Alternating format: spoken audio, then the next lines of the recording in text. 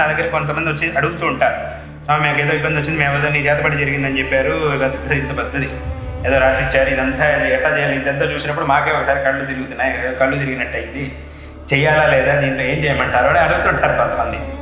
అప్పుడు నేను చెప్తూ ఉంటాను, అదంతా అవసరం లేదు, దీంట్లో ఊరికే అనవసరంగా గోల్డన్ని అనవసరమైనవన్నీ రాస్తూ ఉంటారు, చెప్తూ ఉంటారు, అదంతా అవసరం లేదు. ఏదైనా అట్లాంటిది ఏదైనా ఇబ్బంది వచ్చింది అని అంటే దానికి ఒక అనుష్ఠానం ఏదో శాస్త్రంలో చెప్పారు, అలాంటివి చేయొచ్చు అని నేను చెప్తూ ఉంటాను మామూలుగా.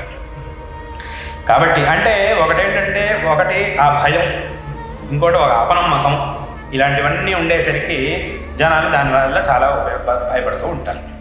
కాబట్టి ఇక్కడ ఏంటంటే అది లేదు అని కాదు, ఉంది, కానీ దానికి ఒక అలాగని ప్రతిసారి ఏదో అయిపోయింది అనగానే ఎవడో చేతపడి చేసేసాడు దాని అర్థం ఇంకా అయిపోయింది, వీడి జీవితం అయిపోయింది, ఇంకేదో అయిపోతుంది రోజు ఇటంటే అని అర్థం కాదు.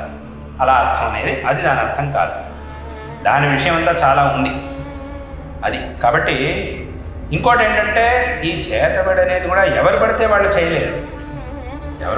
చేయలేరు, అలా ఊరికే చేసినంత మాత్రాన అది అయిపోదు, అలా అయిపోదు. కాబట్టి దానికి చాలా ఆ చేసేవాడికి కూడా ఒక విధమైనటువంటి యోగ్యత ఉండాలి, వాడికి చేసేవాడికి కూడా. కాబట్టి అదంతా అట్లా ఊరికే ఇప్పుడంతా మనం లోకంలో వింటున్నంత ఇదిగా ఏదో చేతబడి జరిగిపోతున్నాయి అనేది అంతంతా లేదు.